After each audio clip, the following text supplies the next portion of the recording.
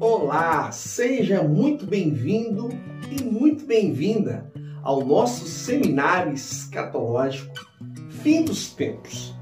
Eu tenho feito um convite a você que tem acompanhado esse seminário a enxergar o futuro com outros olhos, a ler o livro de Apocalipse com outras lentes. A Igreja brasileira adotou um modo de interpretação chamado dispensacionalismo. Isto eu falo no primeiro vídeo deste seminário. Mas é importante você saber que existem outras formas de interpretações mais antigas do que a forma que a Igreja brasileira adotou. E é isto que este seminário tem feito: abrir o seu coração para outras possibilidades e que o Espírito Santo possa te conduzir e trazer entendimento a você, para que haja paz no seu coração e para que haja esperança nas coisas que estão por vir. Pois o livro de Apocalipse é o livro da esperança, é o livro da vitória da igreja. Então prepare-se, pois vamos para a nossa quarta aula, aonde estarei encerrando o capítulo 13 do livro de Apocalipse. Está tão difícil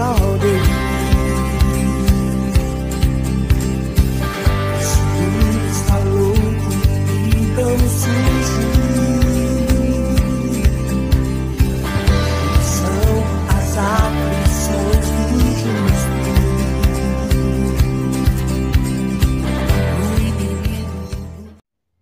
O apóstolo João está exilado, preso na ilha de Patmos. O Império Romano é um império de leis sofisticadas. E mesmo João sendo preso, ele pode enviar e receber correspondências, também como receber visitas. Claro, tudo isso sob a fiscalização de um oficial romano. Então, todas as suas correspondências são vistoriadas. Aí está o entendimento. João ele faz uso da linguagem metafórica para poder falar do Império Romano. Ele também faz o uso do Antigo Testamento várias e várias vezes. Ele é um apóstolo, ele é um pai da igreja, apaixonado por pessoas. E em todas as suas palavras ele transmite encorajamento, mas também faz alerta aos crentes a respeito de toda a situação delicada que a igreja está passando. Entendendo isso, é fácil perceber que João está construindo um pano de fundo para então colocar a mensagem que será facilmente entendida por um cristão do primeiro século. Então eu vou falar agora da segunda besta, lembrando que no vídeo anterior, que está disponível gratuitamente neste canal, eu falei da primeira besta. Apenas relembrando que a primeira besta ela emerge das águas ou do abismo. A palavra abismo ou fundo do mar ou profundezas das águas é a mesma palavra no hebraico. A palavra é Terron ou Sheol. Podemos perceber isso em Gênesis, no capítulo 1, no verso 2. Um trecho do versículo fala que havia trevas na face do abismo, Terrom, fundo das águas, fundo do mar. Agora, a segunda besta, ela emerge da terra. Então, vou ler agora Apocalipse, capítulo 13, verso 11 em diante. Vi ainda outra besta emergir da terra. Observe, da terra. Possui 2 chifres, parecendo cordeiro, mas falava como dragão. Exerce toda a autoridade da primeira besta na sua presença. Faz com que a terra e os seus habitantes adorem a primeira besta, cuja ferida mortal fora curada. Também opera grandes sinais, de maneira que até fogo do céu faz descer a terra diante dos homens. Seduz os que habitam sobre a terra por causa dos sinais que lhe foi dado executar diante da besta, dizendo aos que habitam sobre a terra que façam uma imagem à besta, aquela que, ferida a espada, sobreviveu. E lhe foi dado comunicar fôlego à imagem da besta, para que não só com a imagem falasse, como também fizesse morrer quantos não adorassem a imagem da besta. A todos os pequenos e os grandes, ricos e os pobres, os livres e os escravos, faz com que lhes sejam dadas certa marca sobre a mão direita ou sobre a fronte, para que ninguém possa comprar ou vender, senão aquele que tem a marca e o nome da besta ou o número do seu nome. Que texto incrível! E diante desse texto, eu gostaria de fazer 3 perguntas. Será que João, a escrever este trecho, ele está tendo uma visão do futuro de 2000 anos ou mais à sua frente, onde pessoas estão recebendo um transplante de um nanochip, onde todas as suas informações e uma tecnologia GPS está sendo implantada nos seres humanos? A segunda pergunta, será que o destinatário, João é bem claro ao iniciar o livro de Apocalipse, é uma carta a 7 igrejas da Ásia. Será que os líderes dessas igrejas e os crentes dela, ao receberem esse texto, eles estão imaginando que João está falando de tempos futuros, há muitos e muitos séculos à sua frente? A terceira pergunta, será que os pais da igreja, como Tertuliano, Eusébio de Cesareia, Orígenes, Irineu de Leão, os grandes mestres da igreja, como Agostinho de Hipona, já num período à frente, na época medieval, Tomás de Aquino, será que esses homens estão interpretando esse texto como nós interpretamos hoje? E o que dizer dos reformadores há 500 anos atrás? Será que Lutero, traduzindo essas palavras para a sua língua, o alemão, Calvino, estudando esses textos, será que eles estão imaginando, entendendo assim como entendem os dispensacionalistas? É claro que não.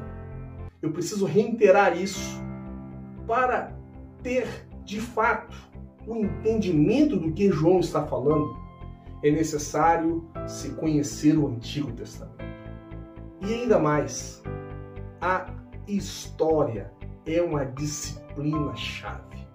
Entender tudo o que está acontecendo, o pano de fundo. Ora, se a primeira besta é o império, temos agora a segunda besta que emerge da terra. E o Antigo Testamento, ele é bem claro. Em Gênesis, capítulo 2, verso 7, em que diz que o homem foi feito do pó da terra. Se a segunda besta, ela emerge da terra, logo é um homem. Então está claro, a besta que emerge da terra é o imperador. Roma, antes de ser um império, foi uma república politicamente muito sofisticada. Ela era governada por cônsules, eleitos por um senado. Vamos encontrar também generais, homens que comandam legiões sob a autoridade do senado. Os religiosos também. Temos na Roma antiga a figura do Pontífice Maximus, uma espécie de sumo sacerdote da religião romana. Este cargo também é um cargo eletivo, onde os senadores escolhem as pessoas para ocuparem essa função. Vamos encontrar ainda na Roma antiga prefeitos, governadores, juízes, homens ricos, famílias poderosas, enfim, uma sociedade bem complexa. Mas foi Júlio César, o homem que transformou Roma profundamente. Ainda jovem, ele foi eleito alto sacerdote de Júpiter, por fazer parte de uma família tradicional romana, por fazer muitas alianças políticas. Ele foi também general, esteve à frente de 4 legiões romanas e obteve muito sucesso no meio militar. Ele foi também cônsul e em determinado momento de sua história, ele então deu um golpe. Foi travada uma guerra civil e Júlio César venceu todo o Senado, tornando-se o primeiro ditador de Roma. Como ditador, ele mesmo se intitulou o Pontífice Maximus. Logo então ele era a maior autoridade civil, militar e religiosa de toda Roma. Mas as intrigas não pararam por aí. Vítima de uma conspiração coordenada por um de seus filhos, chamado Brutus, ele foi brutalmente assassinado. E as suas últimas palavras foram: "Até tu, Brutus, meu filho." Mas foi também um filho seu, porém adotivo, chamado Caio Otávio, que era general, estando à frente de legiões romanas, que vingou a morte do seu pai. Ele, juntamente com Marco Aurélio e um terceiro general, formaram então uma ditadura de 3 generais. Foi uma guerra civil, saindo então Caio Otávio vencedor. César Augustus incorpora no seu nome a qualidade de ser filho do divino, filho de Deus, e assim ele se apresenta para o mundo. Mas os apóstolos, eles carregam uma outra mensagem, onde o Filho de Deus não é o imperador romano, mas é o Senhor Jesus. Por isso que João está falando, ele está vestido de cordeiro, ele intitula-se Filho do Divino, Filho de Deus, mas na verdade ele é um dragão. Ele está revestido da autoridade do diabo. Agora, na posição de imperador e pontífice máximo, César Augusto constrói um templo dedicado a Júlio César. E em uma cerimônia com o nome de apoteose, ele então divinifica Júlio César. Temos aqui, historicamente, o primeiro homem ocidental levantado como um deus. Foi César Augusto que também criou o culto imperial. Culto esse que não tem a função apenas de expressar a vaidade do imperador romano, mas é um culto que tem um caráter unificador, cultural. Entenda, a raiz da palavra cultura é culto, estabelecendo um culto universal ao império e ao imperador. César Augusto planeja sim unificar o império, ter um elemento de unificação. É neste ponto em que vamos entender as palavras de João, que ele faz que a terra adore a besta. Ele está levando os povos a adorarem o império, e a imagem do império é a Áquila romana. Símbolo esse que foi colocado em frente de todos os prédios importantes das províncias do império. Imagem também foi colocada dentro dos templos. Agora ele leva também a imagem do imperador. Mas isso não é nada de novo. César Augusto está apenas ressuscitando a plataforma criada pelos gregos e estabelecida no mundo por Alexandre o Grande. Unificar todos os povos sob uma só cultura. O nome disso é helenismo, pensar como grego, viver como grego. Agora, numa nova roupagem, pensar e viver como um greco-romano. Esta é a intenção do culto. César Augusto não apenas estabelece um culto, mas também estabelece uma ideologia. O Império Romano avança dominando os povos, não só pela sua própria glória, mas para levar aos povos a pax romana, ou seja, a paz romana. César Augusto se reveste de um mandato divino, aonde foi colocado sobre os seus ombros, sobre os ombros do império, a missão de levar luz e paz aos povos. Sendo exatamente essa a mensagem do Evangelho, Jesus mesmo disse: minha paz vos dou, não vos dou como o mundo a dá. Jesus está fazendo referência à pax romana, à ideologia que o império carrega. E assim eles encantam os povos com o circo romano, a arena, onde os seus gladiadores derramam sangue e os imperadores distribuem ao povo pão e moedas. Temos ainda teatros, peças teatrais.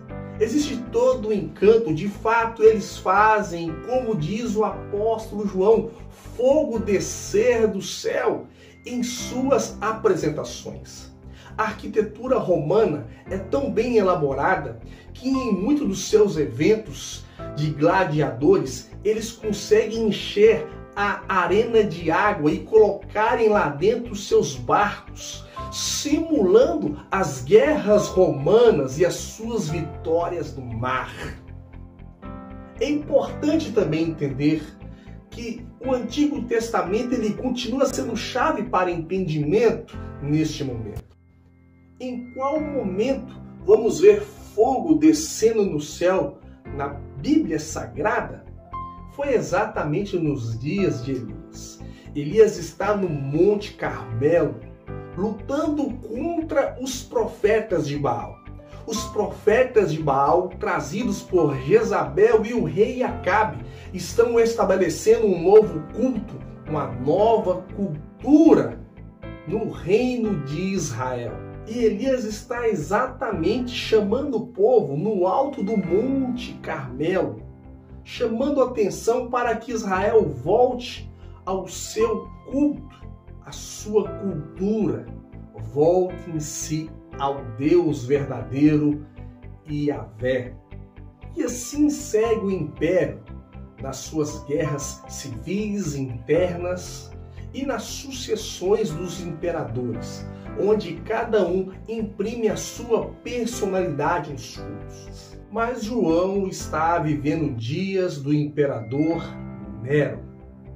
Nero tornou-se imperador aos 16 anos, sucedendo o seu pai adotivo, Cláudio.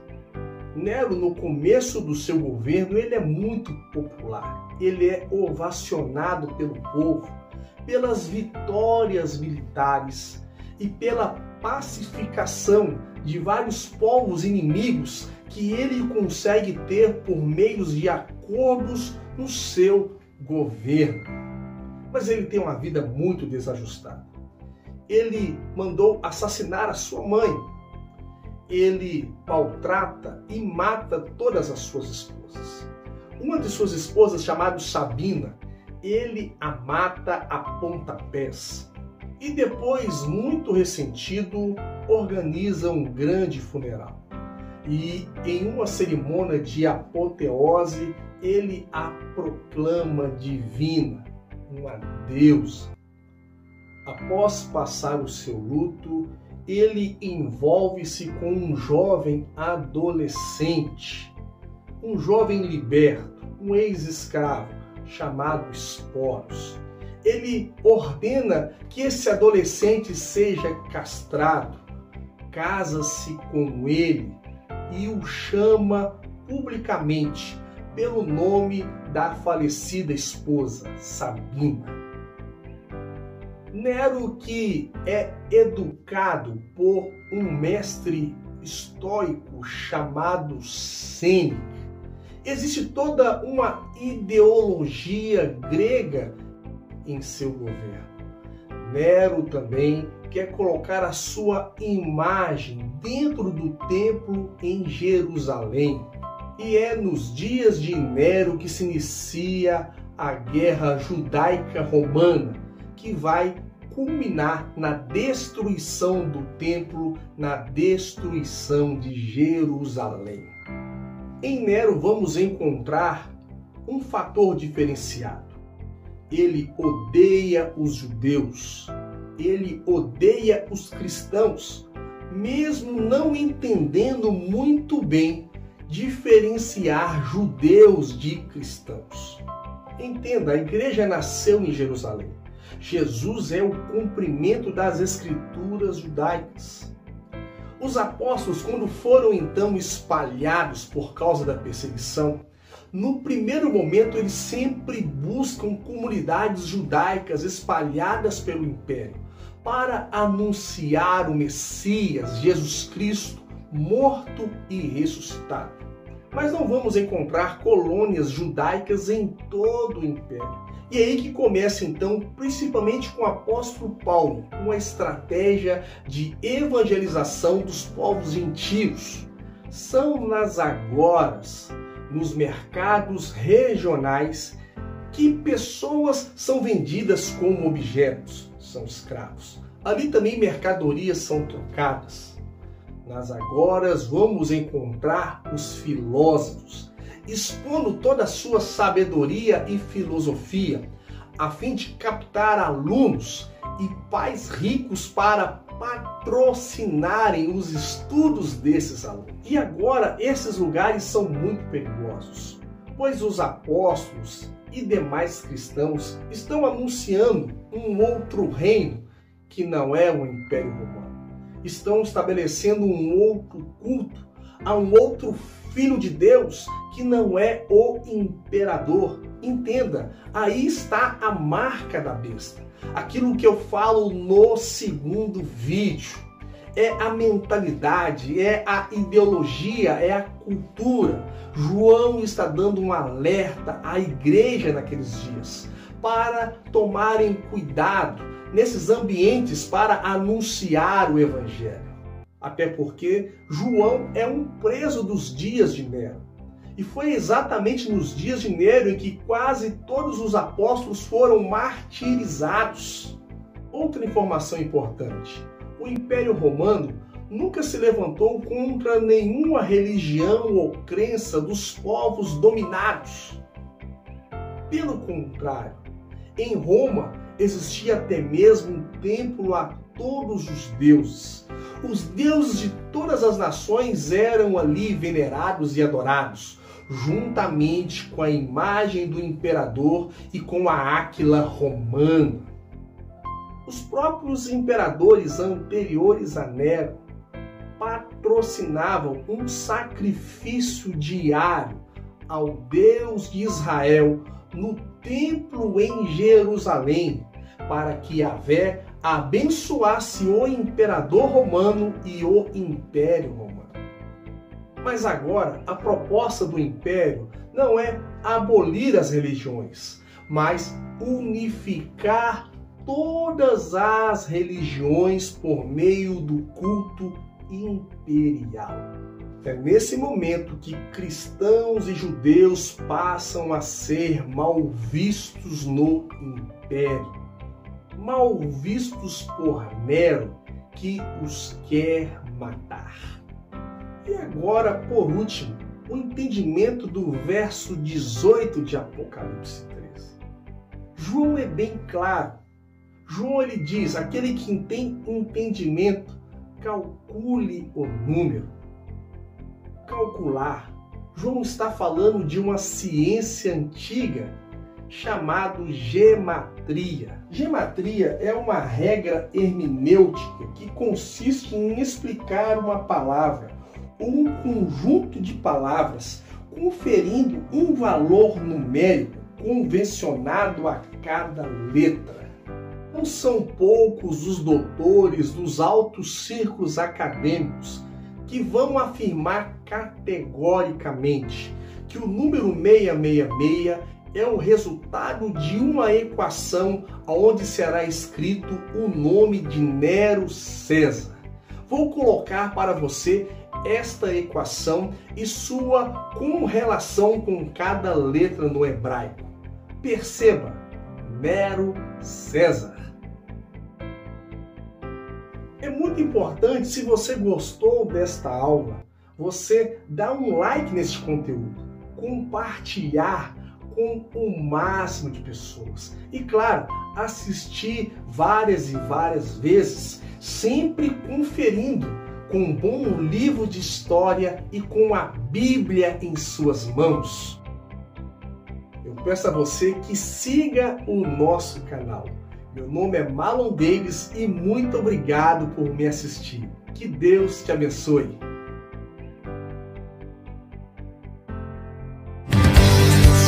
Está tão difícil ao